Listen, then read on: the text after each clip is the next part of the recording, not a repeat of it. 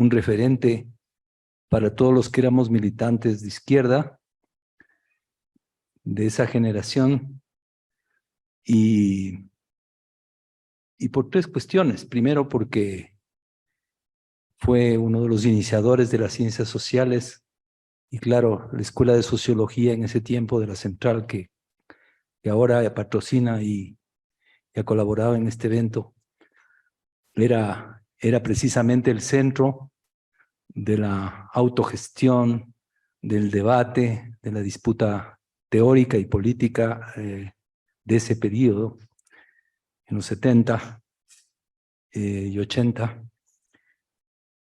Y Alejandro tenía precisamente un papel clave en lo que significaba la reflexión sobre el país. Básicamente, todos sus ensayos sobre la realidad ecuatoriana, sobre el régimen político, sobre la lucha social, pues era precisamente de Alejandro, y él siempre fue el referente para nuestra generación. Como decía Pablo Meriguera ahora de mañana, tiene todos los maestros. Yo tengo aquí mi maestro al lado, así que es un orgullo y un placer poder presentarle.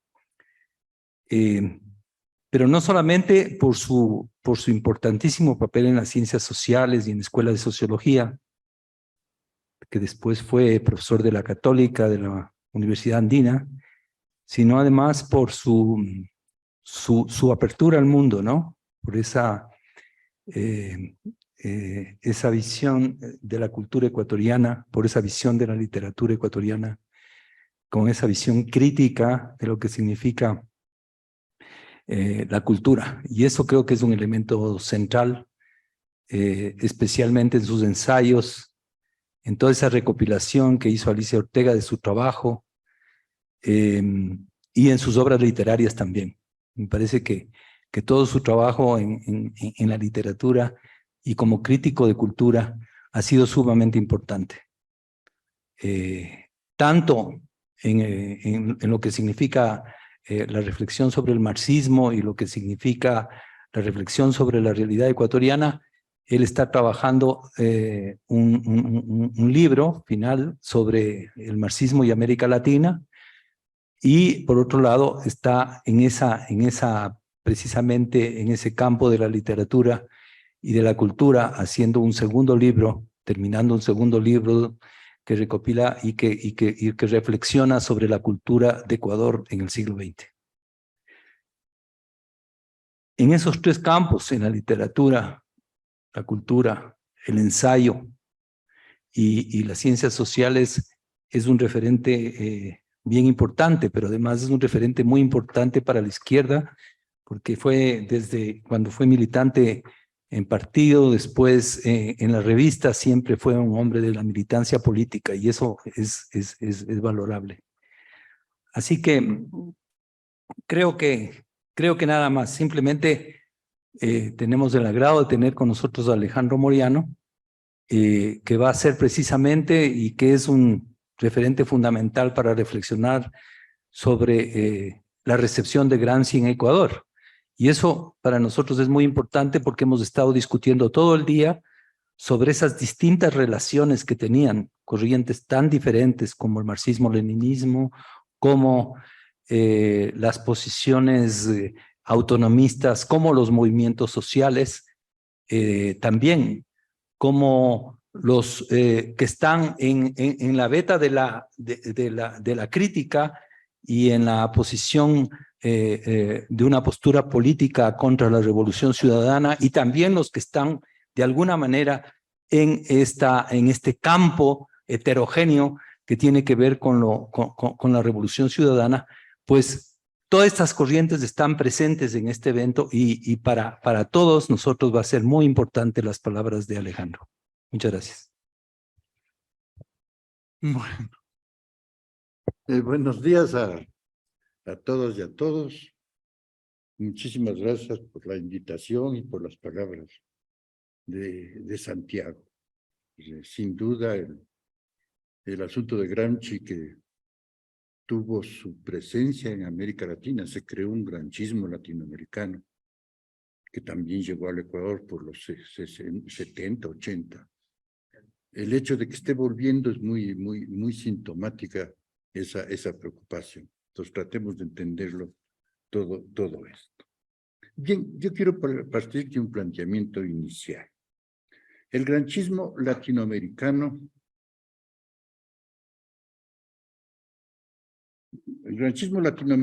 obliteró la tesis gramsciana de los conceptos de Estado, sociedad política, escenario de la dominación y sociedad civil, ámbito de la hegemonía y del consenso de la burguesía como clase fundamental del capitalismo, e identificó el concepto de sociedad civil con el de sociedad a secas, y sociedad civil es otra cosa, ¿ya? Reduciendo además la categoría de Estado a la maquinaria estatal o sociedad política, y a la vez transformó la categoría de aparato estatal la cambió de estructura de dominación político-militar en un mero aparato técnico-administrativo encargado de procesar y resolver las demandas de la sociedad. Ese es el planteamiento fundamental respecto al granchismo latinoamericano de la época. Ahora bien, quisiera comenzar estableciendo algunas categorías y conceptos fundamentales de Gramsci, ¿ya? Para entender bien el problema del granchismo latinoamericano.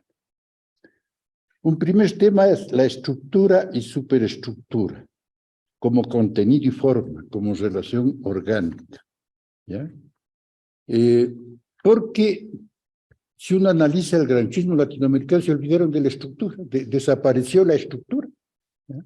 Se subjetivó lo de sociedad a secas como la totalidad social y se acabó con el problema. Gramsci, como marxista que era, parte de la relación entre estructura y superestructura. Lo que pasa es que él entendía que el concepto de estructura había sido ampliamente desarrollado en el Capital de Marx y que había una ausencia de desarrollo de las categorías de la superestructura. Y entonces él, en cierto modo, se convirtió en el teórico marxista de las superestructuras, ¿ya? Por esta razón que les acabo de señalar, pero continuamente me está refiriéndose a la estructura, la relación orgánica, una relación orgánica entre estructura y superestructura. Hay un momento incluso de una ortodoxia excesiva cuando dice que la estructura es el contenido, ¿ya? Y la superestructura o la ideología es la forma, ¿ya? Una forma exagerada de consolidar la idea de la relación estructura-superestructura. Ahora bien, la segunda categoría fundamental de Gramsci es su concepto de bloque histórico. Para muchos es el concepto fundamental de Gramsci. Es una formulación, en una formulación en extremo sucinta, definiríamos el bloque histórico como la forma en que la burguesía, en tanto clase fundamental, esto no hay que olvidar para Gramsci, la burguesía es la clase fundamental.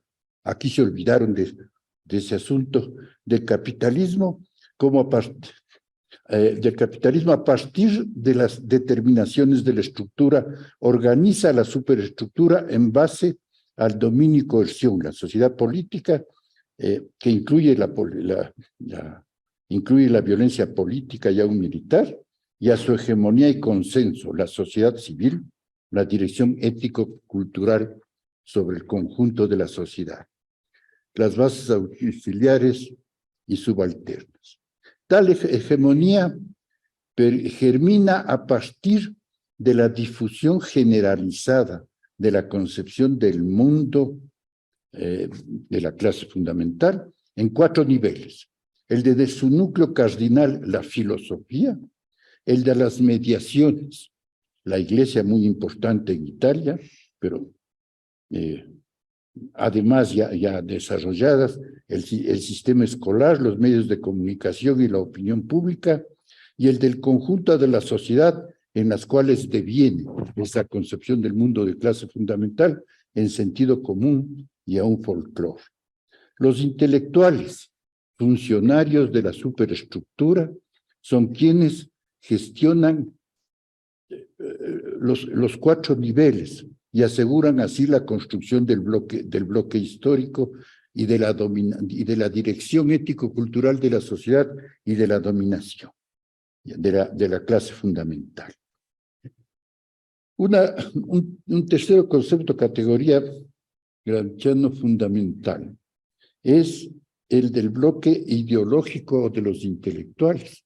Este es muy importante, porque él dará un énfasis enorme al papel de los intelectuales, no como sujetos puros, ¿no?, sino como expresión del conjunto, de la dinámica social, de la lucha de clases, de todos los procesos insurgentes algunos de ellos.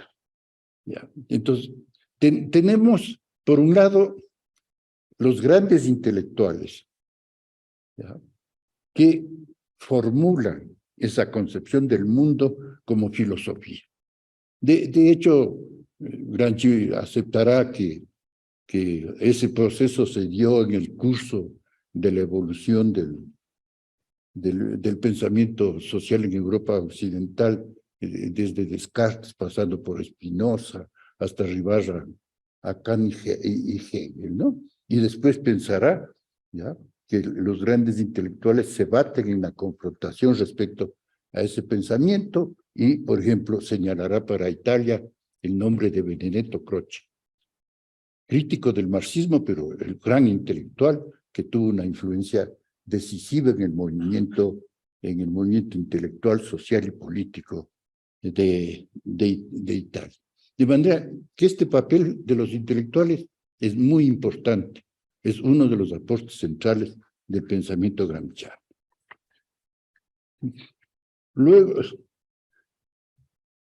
en esa función de los intelectuales, él incluso se remite a la Revolución Francesa para mostrar cómo los intelectuales disgregaron, ¿ya?, el bloque cultural que estaba desarrollado en el periodo anterior y abrieron paso a la Revolución Francesa. Y a la vez se señalará, ¿ya?, que en la actualidad de Gramsci, por supuesto, pero por supuesto también actual, para ahora, lo que se trata es de disgregar ese bloque ideológico, ese bloque intelectual en que se asienta el poder de la clase fundamental, de disgregarlo para abrir paso al nuevo sistema hegemónico. Hay que entender una cosa, y es que Gramsci partió de las diferencias entre la Europa occidental y la Rusia zarista para establecer una estrategia diferente frente al capitalismo en la Europa occidental y en Italia, desde luego, diferente a la estrategia leninista, que en la medida en que en la Rusia zarista había una gelatinosa sociedad civil, la estrategia leninista del asalto directo al poder fue la estrategia correcta. Pero él postulaba, porque en Italia hubo acciones militares de sectores insurgentes populares, ¿ya?, que fracasaron. Entonces, él, al analizar, lo que plantea es que en Europa occidental y en Italia, por supuesto, se ha formado una robusta sociedad civil. ¿Ya? Robusta sociedad civil que, y aquí viene la otra categoría de la relación entre sociedad política y sociedad civil. Él parte de la tesis hegeliana de los órganos privados, o sea, identifica sociedad civil con los órganos privados. Ahora, eso era un proceso concreto que se daba también, que se dio durante el siglo XVIII, XIX y parte del XX, de que los sectores de que surgían una serie de órganos privados. ¿Qué entendería por órganos privados? La prensa, ¿ya? La educación, que entonces era privado, los medios de comunicación emergían como formas que iban a consolidar la sociedad civil frente al famoso Estado soy yo que se había creado antes de la Revolución Francesa, el poderoso aparato estatal que se había creado antes de la Revolución Francesa. Entonces la Revolución Democrática aparece como la emergencia de estos órganos privados que se constituyen como forma fundamental. Ahora bien, pero él lo que va a plantear es que el Estado tiene dos componentes. El Estado no se reduce al aparato estatal. El Estado tiene dos componentes. La sociedad política y el aparato estatal, en el cual la cuestión militar tiene mucha importancia, lo que se olvidaron acá. ¿Ya? Por un lado, en donde la clase fundamental establece el dominio, la dictadura, y la sociedad civil, el conjunto de órganos privados, entre los cuales incluso están los sindicatos, ¿no? Toda una serie de formas privadas en las cuales emerge la sociedad democrática que va a imponerse como una robusta sociedad civil, que va a hacer que la clase fundamental ya no sea solo dominante, sino sea dirigente. O sea, establezca una dirección sobre la sociedad. Y va a plantear que ese es el interés fundamental de toda época. La clase fundamental de toda época intenta consolidarse en el terreno de la hegemonía cultural, en el terreno de la dirección ético-espiritual de la sociedad, en el terreno en que su concepción del mundo se convierte en la concepción de toda la sociedad. Entonces, en Gramsci, sociedad política y sociedad civil son dos momentos del Estado. ¿Ya? Acá lo que ocurrió es que, por un lado, la sociedad política, ya veremos cómo se dejó de ser incluso aparato militar, ¿ya? Y la sociedad civil se convirtió en sociedad seca, se identificó con la sociedad, ¿ya? Nada más alejado del pensamiento de Gramsci que ese problema. Otra categoría de Gramsci es la filosofía de la praxis, ¿ya? Enunciada y anunciada por Antonio Labriola en discurriendo la filosofía del socialismo, ¿ya? O la filosofía de Marx de Giovanni Gentili, e incluso en términos críticos, en términos opuestos, ¿ya? La filosofía de la política, de la economía y la ética de Benedetto Croce, un intelectual fundamental en la Italia de ese momento. Esta filosofía de la praxis se basaba en un texto muy cortito de Marx, célebre, famosísimo, sobre las tesis sobre Feuerbach, ¿ya? En que se plantea, ¿ya?, la famosa tesis 11 que se volvió universalmente conocida, ¿no?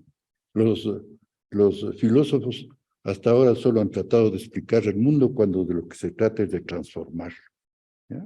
Entonces, ahí surgirá esa concepción de que es la lucha social, la lucha de clases, la dinámica histórica concreta, determinada obviamente por los movimientos de la estructura, los que llevan a todo el proceso histórico. Y finalmente, otra de las categorías fundamentales de Gramsci es la revolución como un nuevo sistema hegemónico.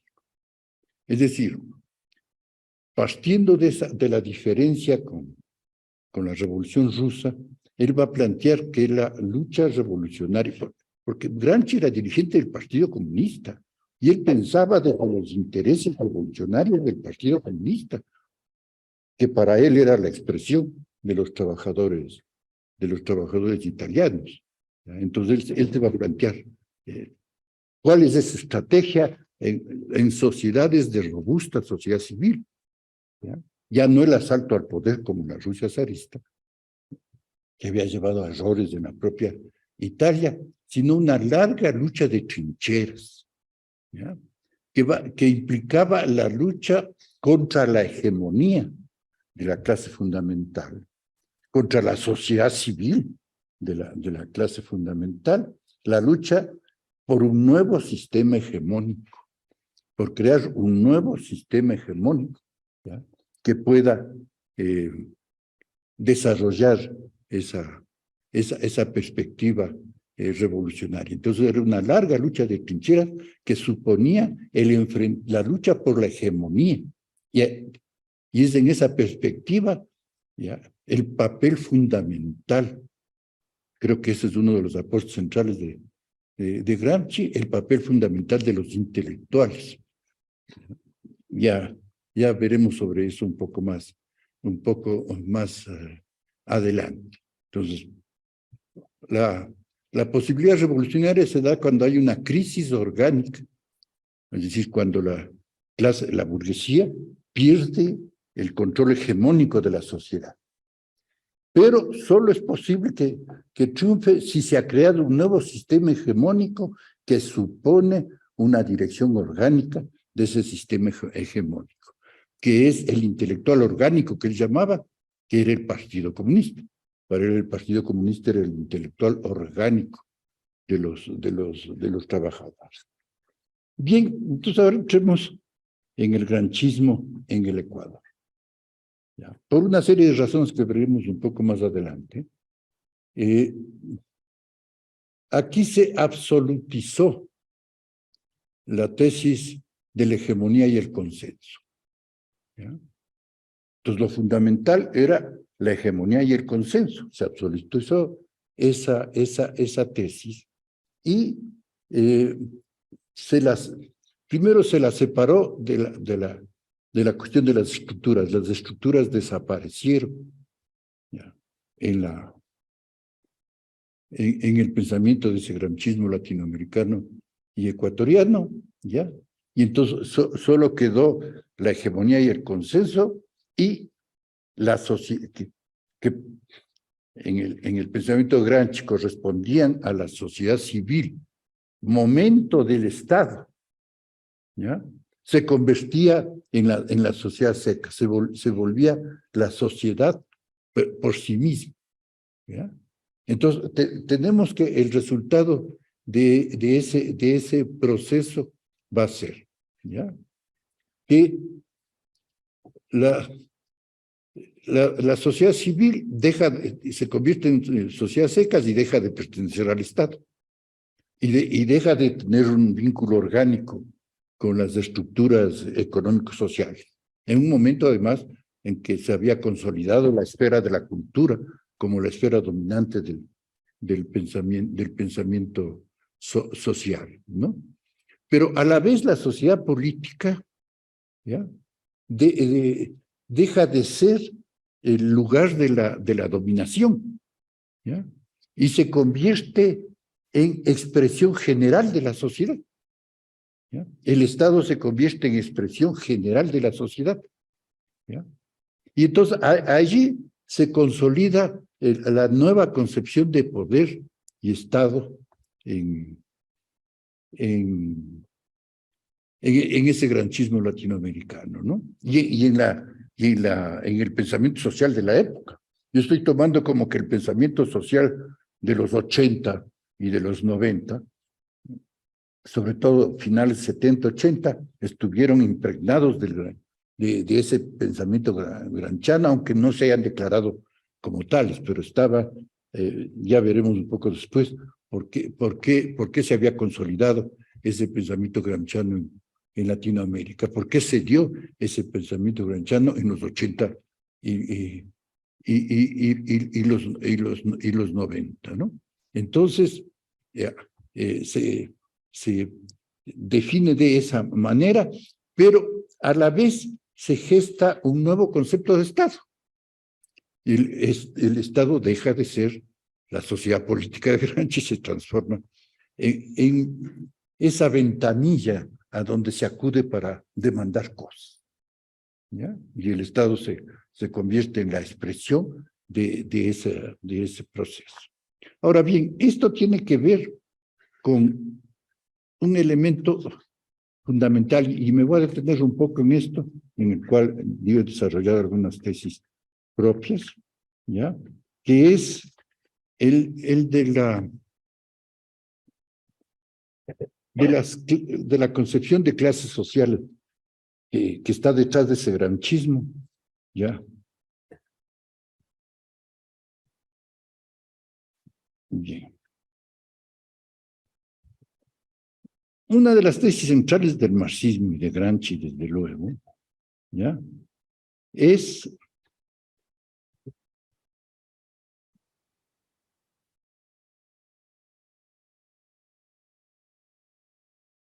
la famosa democracia sin apellidos, que era una de las tesis hegemónicas de esa época. Ahora bien, aquí el planteamiento del cual hay que partir es el siguiente.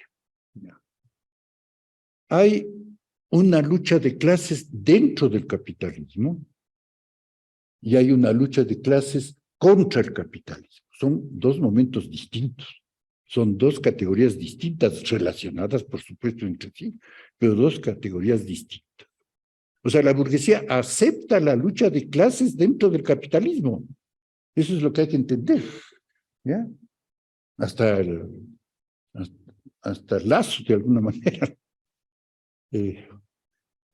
lo vive, por lo menos, si es que no lo acepta intelectualmente, ¿no? Ahora, ¿por qué se da? ¿Qué es esa lucha de clases dentro del capitalismo? ¿Ya? Esa lucha de clases dentro del capitalismo parte de las clases como categorías de la circulación del capital, no de la producción del capital, sino de la circulación del capital. Entonces, lo que tenemos en la vida social son conjuntos de portadores, poseedores de mercancías que se venden en el mercado, ¿ya? Los unos venden las mercancías producidas en distintos grados de concentración del capital, los otros venden su fuerza de trabajo. Y esto hay que entender. Esto es lo que hay que entender, porque una de las trafacías del pensamiento burgués es decir que lo que se paga, que el salario paga el trabajo, no. Lo que compra el capital en el mercado no es el trabajo. Ya, compra la fuerza de trabajo, que es una cosa absolutamente distinta. Él compra la capacidad de trabajo y si le da la gana se va a beber con el trabajador. Y ya, así está usando su fuerza de trabajo. El trabajador tendrá que aceptar eso hasta las 8 horas reglamentarias o las 10 horas del contrato de trabajo, ¿no?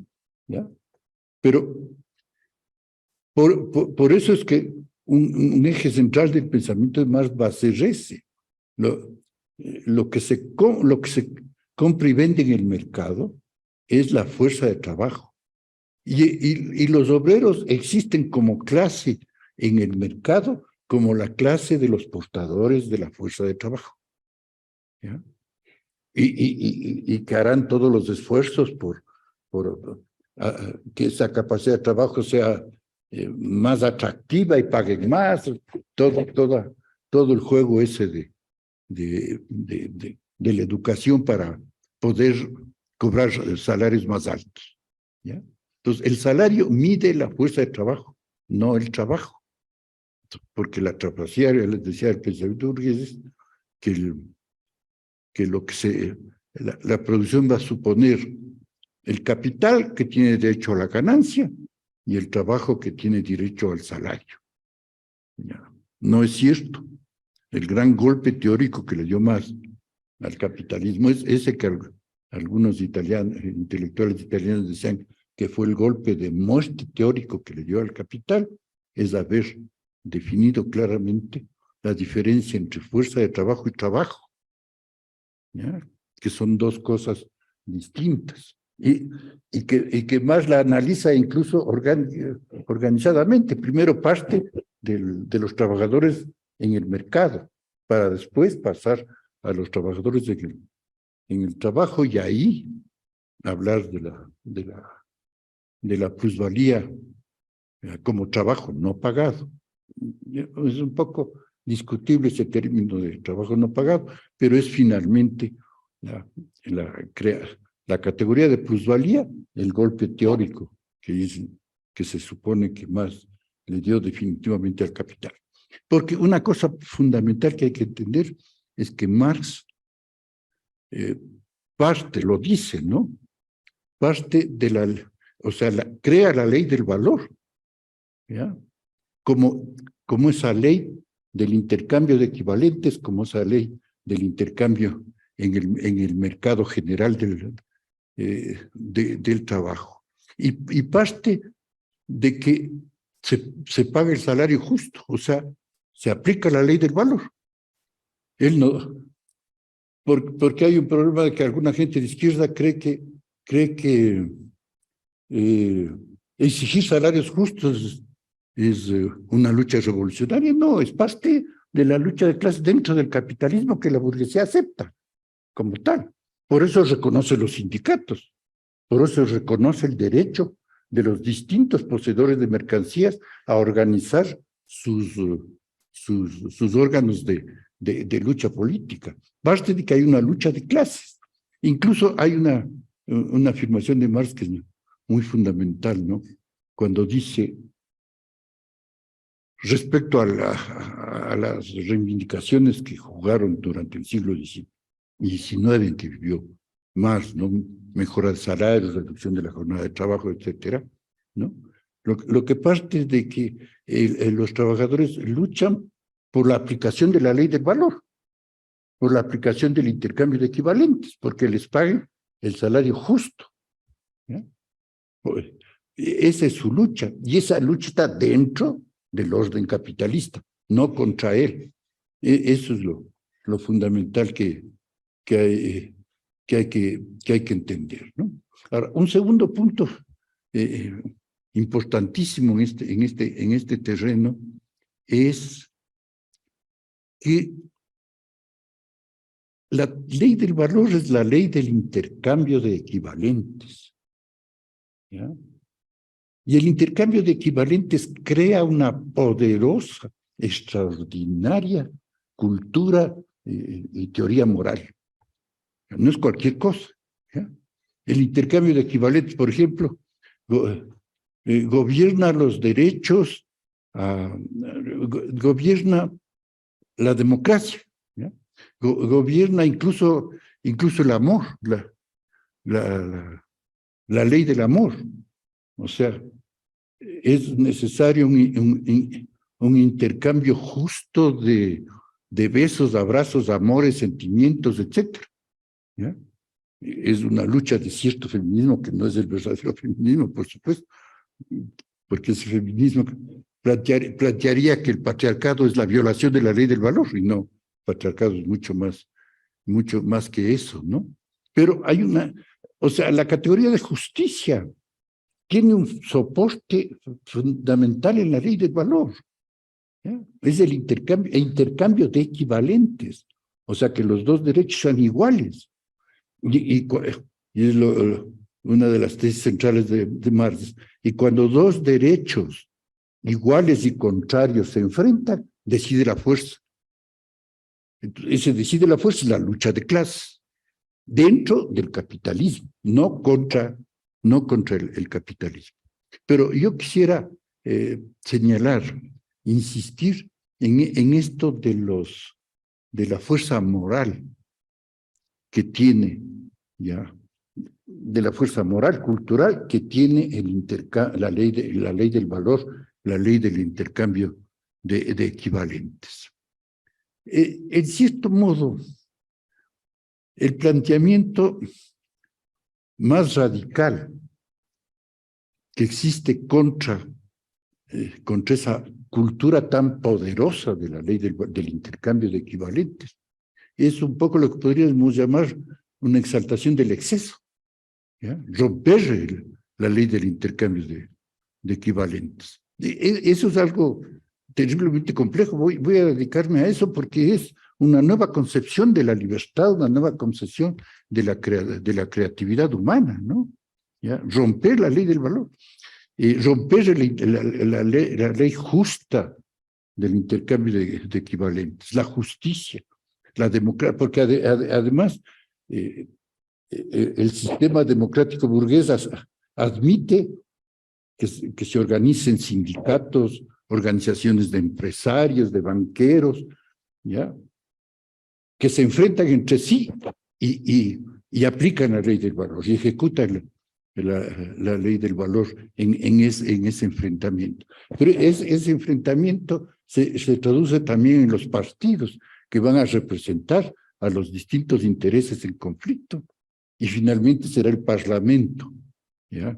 En el cual se procesa todo ese proceso contradictorio.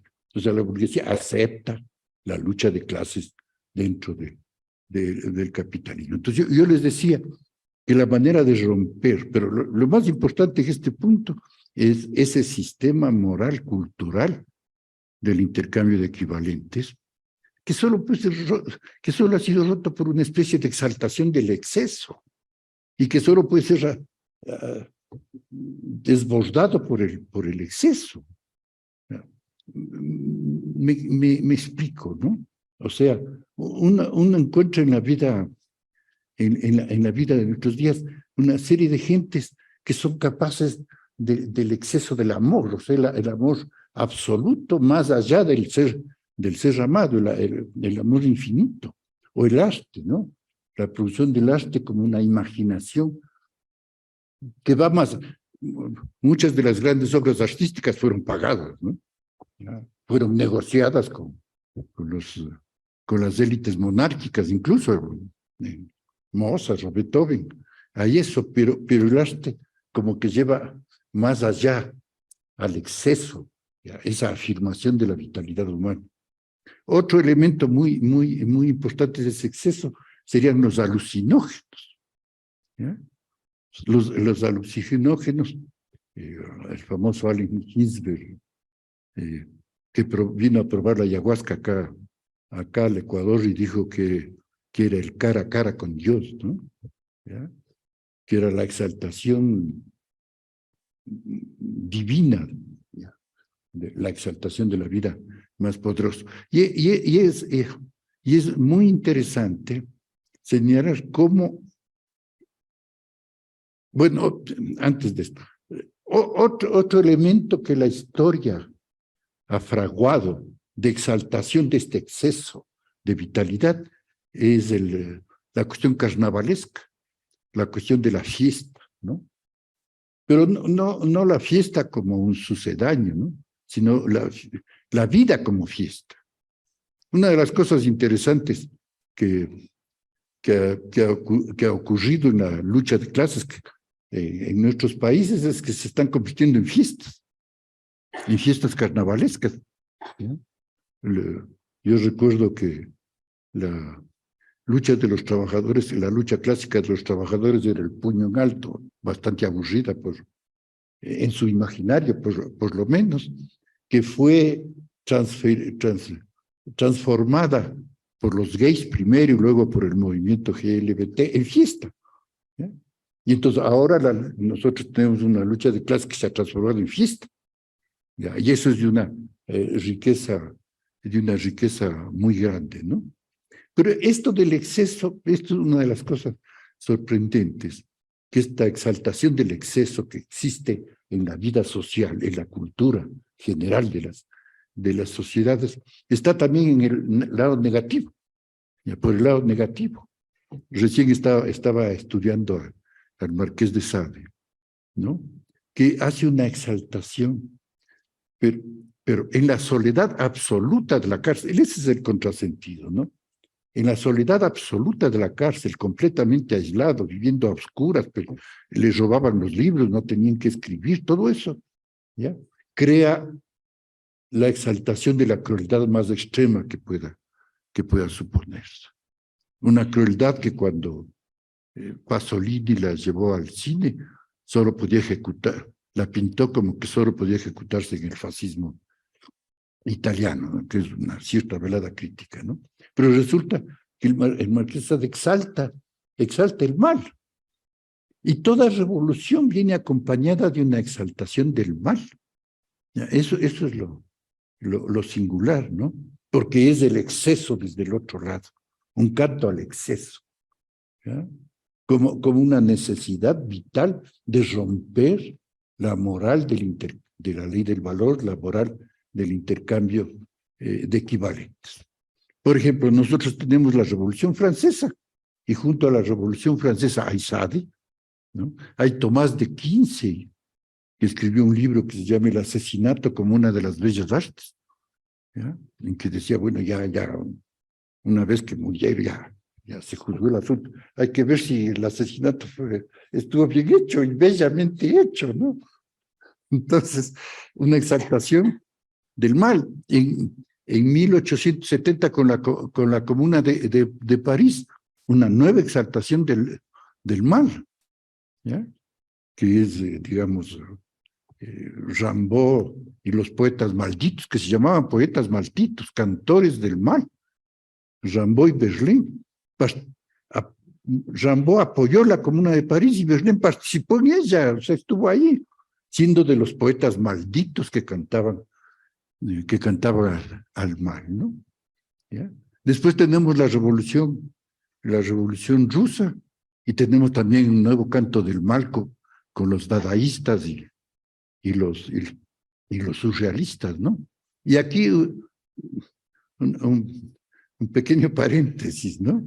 A Lenin le han creado una imagen medio brutal, o sea, un Stalin menos bruto, ¿no? Menos atroz. No. Lenin estuvo con los dadaístas. Lenin participaba de las reuniones del Café Voltaire, jugaba ajedrez con Tristán Tzara, ¿ya? Y cuando se dio la revolución, lo primero que hizo es reconocer la independencia de Finlandia, ¿ya? Le mandó a traer no le mandó a traer esa expresión, ¿no? Le envió un mensaje, ¿ya? A Isadora Duncan, la gran creadora de la danza moderna, que en Estados Unidos era rechazada, ¿ya? Cuestionada ferozmente. Le mandó a pedir que vaya a Rusia a organizar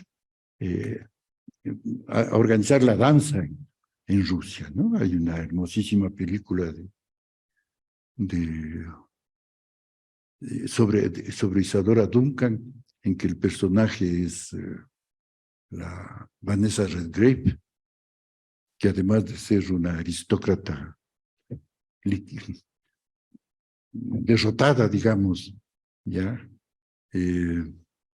era una trotskista de los sectores más radicales y una amiga de los palestinos. Y ahí hay una hermosa película en que Vanessa Redgrave, rechazada en Estados Unidos porque salía desnuda, entonces decían que era una prostituta cualquiera, le gritaban ahí feroces y se salía la gente de sus actos. Va a Rusia, se presenta en un canchón con las tablas que ya se caían. Esto en el 17, pues en la Revolución Rusa, a 3 meses de la Revolución, se presenta ahí, y los de centenas, un millar habrá sido, de campesinos, soldados y trabajadores, empiezan a corear el baile de la Isadora Duncan y se lanzan a ese zapateo, el zapateo ruso clásico, ¿no? Y bailan ahí, y la Duncan llega a su exaltación máxima como bailarina en ese nivel, ¿no? Bueno, lo que yo les decía es que el canto al mal ya se convierte en un elemento de exaltación de esas formas culturales, sensaciones, sentimientos, imágenes, poemas, cuadros, qué sé yo, ¿ya? Que van más allá de la ley del equivalente, de la ley del valor, de la ley del intercambio de equivalentes, ¿no? Terminando este punto, la revolución cubana tuvo como su contrapartida los alucinógenos. O sea, la contrapartida de la revolución cubana fueron los beatniks y los famosos Kerouac, Allen Ginsberg que probó 130 drogas y que escribió una exaltación de la ayahuasca y dijo que eso lo hace en homenaje a la Revolución Cubana. Miren esa comprensión tan singular del proceso, ¿no? Bueno, ahora bien, ¿cuáles fueron los efectos de esa concepción del granchismo latinoamericano? Por un lado hubo efectos políticos, por ejemplo, en el caso del Ecuador, hay que entender que en esta época existía la izquierda democrática y la democracia popular en un estado progresista.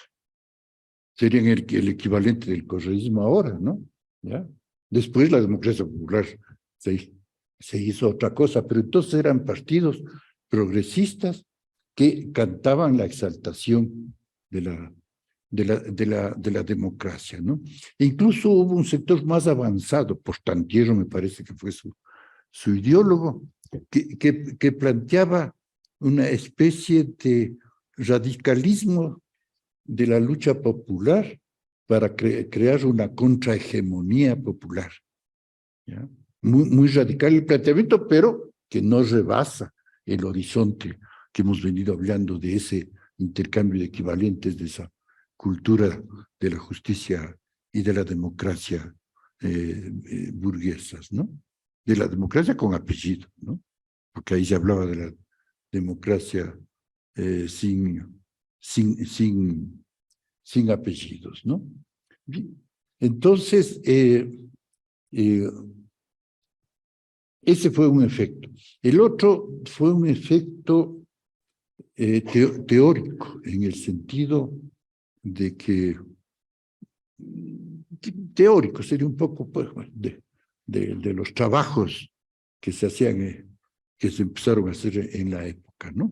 En que ya, si en el periodo anterior, en el periodo de los 60, 70, hubo un pensamiento radical de izquierda, ya, que se expresó en la teoría de la dependencia, que se expresó en muchas corrientes, que aquí en el Ecuador tuvo en Cueva una de sus figuras y en muchos otros intelectuales. Ahora se pasó a un tipo de pensamiento de las políticas estatales, ¿ya? O sea, había que describir las políticas estatales, había que describir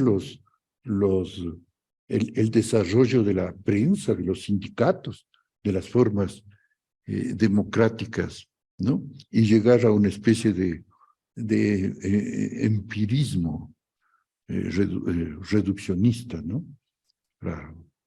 La famosa crítica de Cueva muy sintomática, porque se elevó el dato a categoría única, ¿ya? Que me parece que gobierna la tesis. Yo ya quiero ver un movimiento, no fundamental, por supuesto, pero contra los pies de página. Qué cosa más espantosa que son los pies de página, ¿no? Es un horror. Y la gente tiene que ver en Wikipedia la información y después andar buscando otros artículos para que no les acusen de haber acudido a Wikipedia, ¿no? Entonces que es terrible el pie de página. El pie de página es uno de los elementos de control intelectual muy poderosos que existen, ¿no? Bueno, ¿por qué se dio el granchismo latinoamericano? ¿Cuál es la coyuntura en la que emerge el granchismo latinoamericano? Hay que entender, ¿ya?, que salíamos de dictaduras y entrábamos en los 80 en el periodo de la democracia.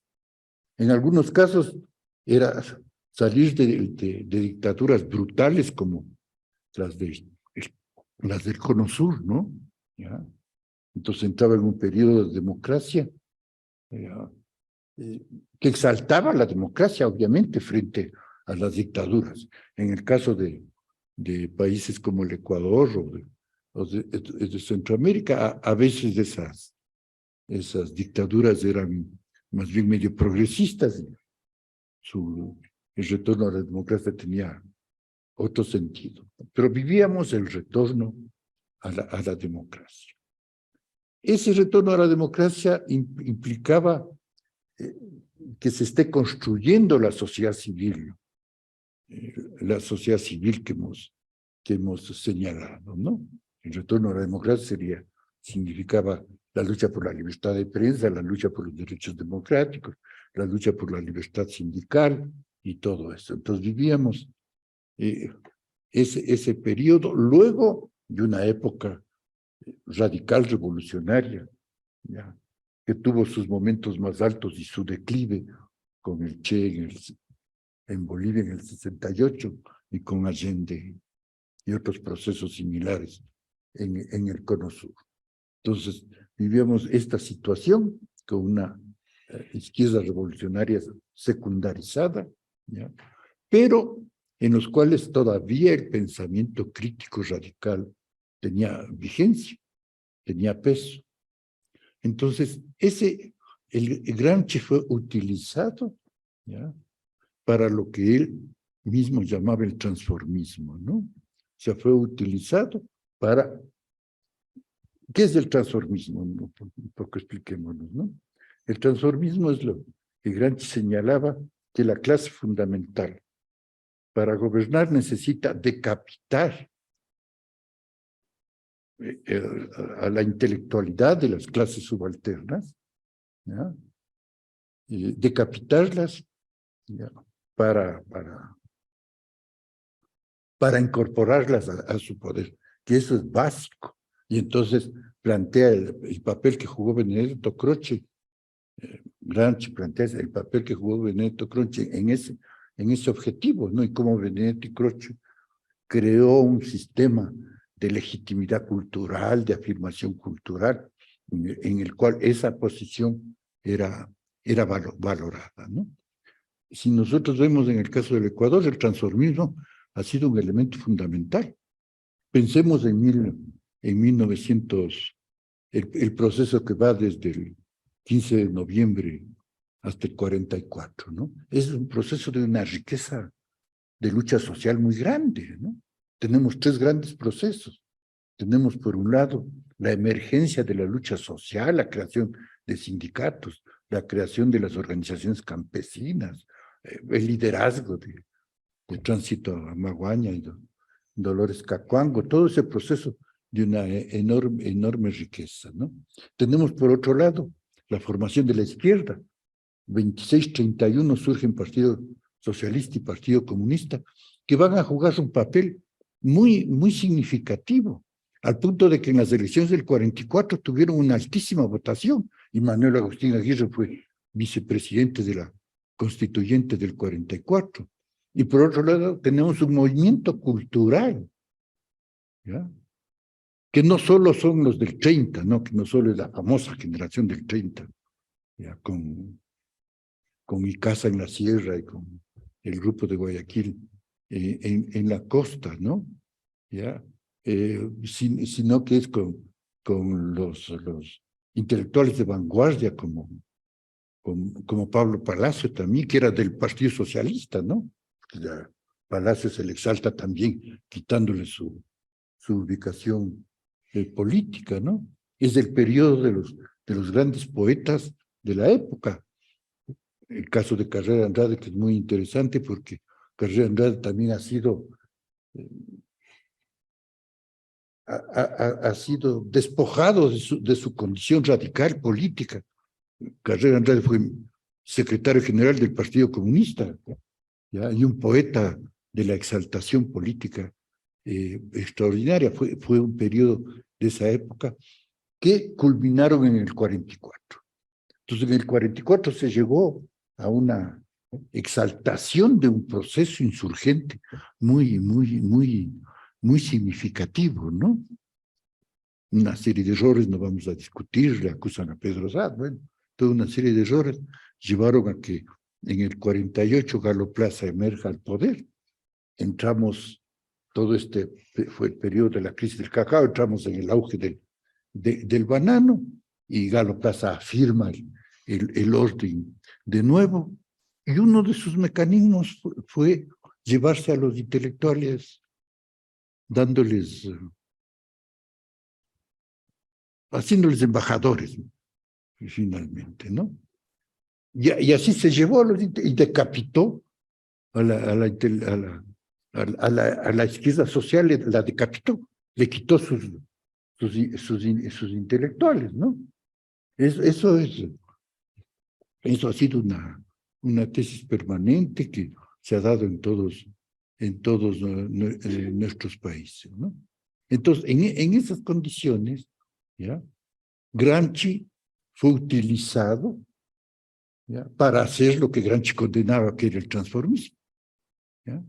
Entonces consolidó todo un pensamiento, ¿ya?, que se llevó a los intelectuales de ese periodo, ¿no? ¿Ya? Entonces, eso es fundamental considerar. Tanto es así que ya cuando ya pasó, ya se olvidaron de Gramsci, acudieron a otros intelectuales para afirmar el pensamiento democrático y finalmente se pasaron a la gobernabilidad. En la década de los 90, ya la teoría es cómo gobernar a estos países. ¿Ya? El pensamiento social es gobernar a estos países. Bien, ya no es ni siquiera democracia, nada, ya es cómo hacer eficaz el poder dominante en nuestros países. Eso es lo que se afirma en los 90, ¿no? Entonces ya Gramsci ya cumplió su papel contra su pensamiento, el granchismo latinoamericano cumplió su papel y se acabó. Ahora bien, algunos planteamientos finales, ¿no? Y, la categoría de sociedad civil, detengámonos un poco, porque en nuestros países esa categoría está en permanente tensión, ¿no? Que se crea, que se afirma, que es derrotada, debilitada, vuelve a emerger, vuelve a consolidar. ¿Ya? Estamos viviendo ese proceso. Ahora bien, en Gramsci, ¿ya? El pensamiento inicial es la filosofía, la cosmovisión de la clase fundamental, se elabora en la filosofía, se socializa a través de periodistas, educadores, jóvenes, muchos otros, hasta que se convierten en sentido común de la sociedad. Pero a la vez Gramsci, que como eso es parte de la vitalidad social, eso tiene sus bemoles, tiene sus dimensiones opuestas.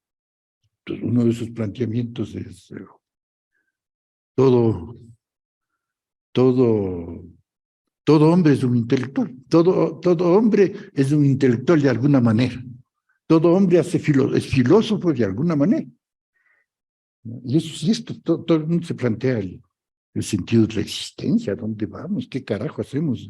Nadie me pidió que nazca, ¿y por qué? ¿Qué hago en este mundo? Bueno, toda una serie de preguntas que todos nos hacemos, todos somos filósofos, ¿no? ¿Ya? Incluso los tontos, digamos así, ¿no? Y esto me divertía porque yo pensaba una cosa muy sintomática sobre la riqueza del quichua. Es que en quichua tenemos dos palabras muy lindas para significar tonto, ¿no? Que es Xunsho y Mushpa. Son palabras bellísimas, ¿no? ¿Ya? En cambio, en castellano tenemos, la única palabra que me parecía es tonto, ¿no? Pero tenemos cretino, ¿ya? Imbécil, idiota, ¿cuál otra más? Son 4 palabras así durísimas, ¿no? Que no hay cómo hacerles poéticos, porque se puede decir chunchito o chunchita mía, pero decir cretinito mío no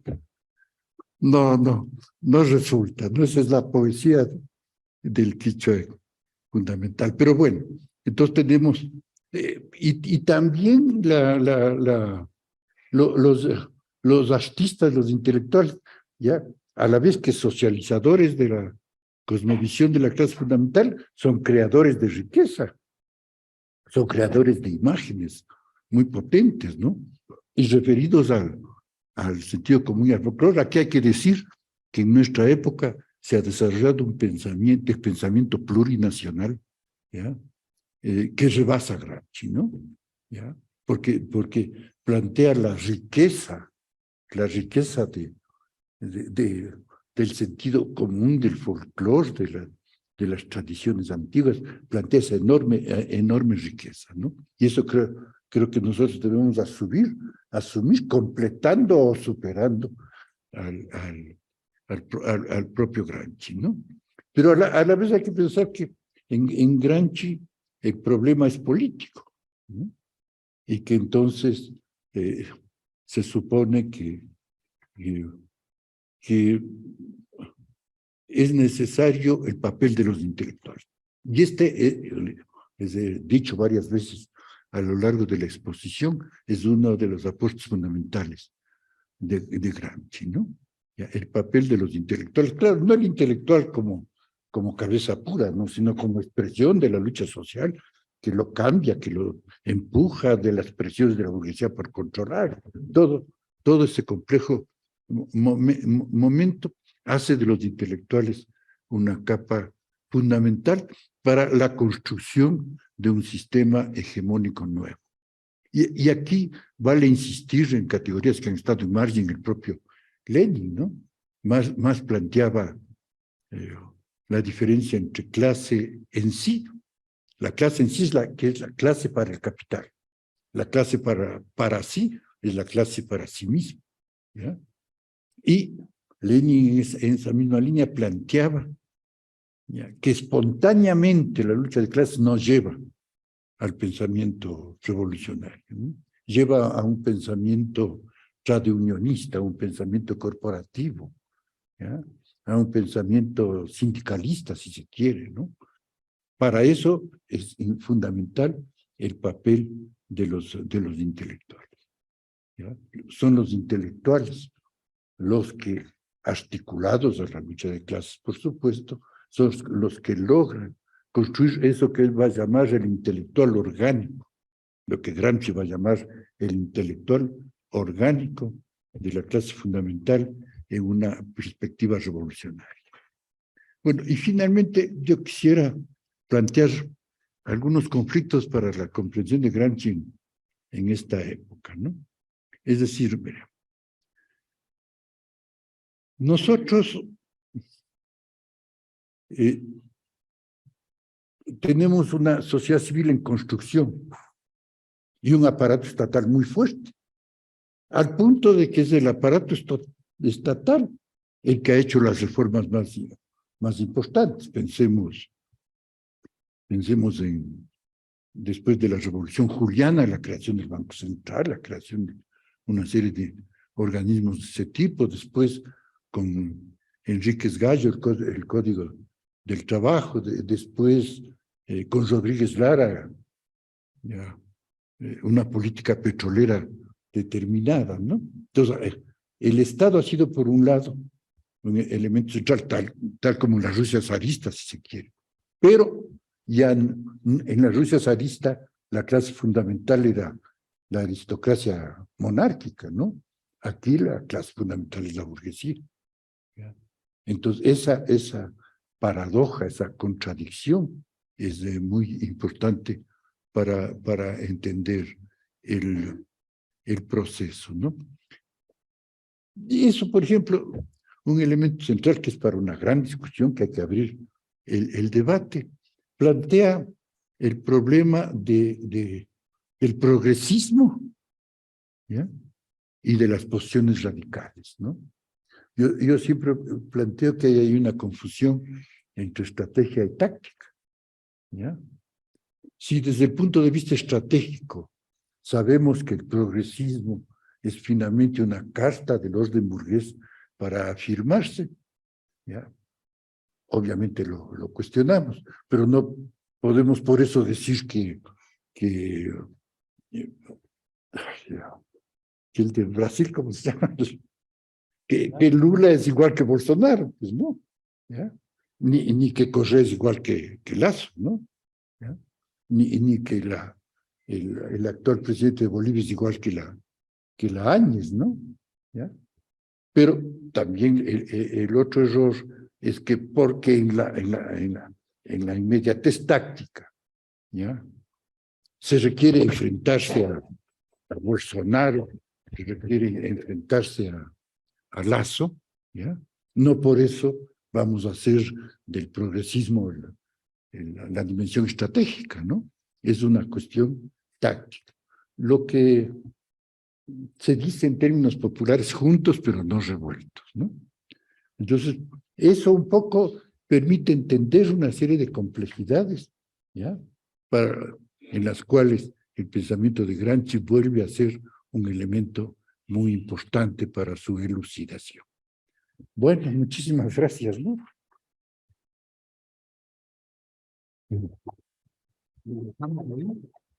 Bueno, hagan preguntas, no quiera eso. Algunas preguntas, aunque en principio no, pero bueno. Bien, hemos terminado entonces esta conferencia. Pues estaría abierta un momento para preguntas, comentarios, o estamos un poco ya sobre el tiempo y le dejamos allá y mañana, bueno, mañana seguimos a las 9 de la mañana con las mesas aquí mismo y entonces... Aquí mismo. Sí, a las 9 de la mañana.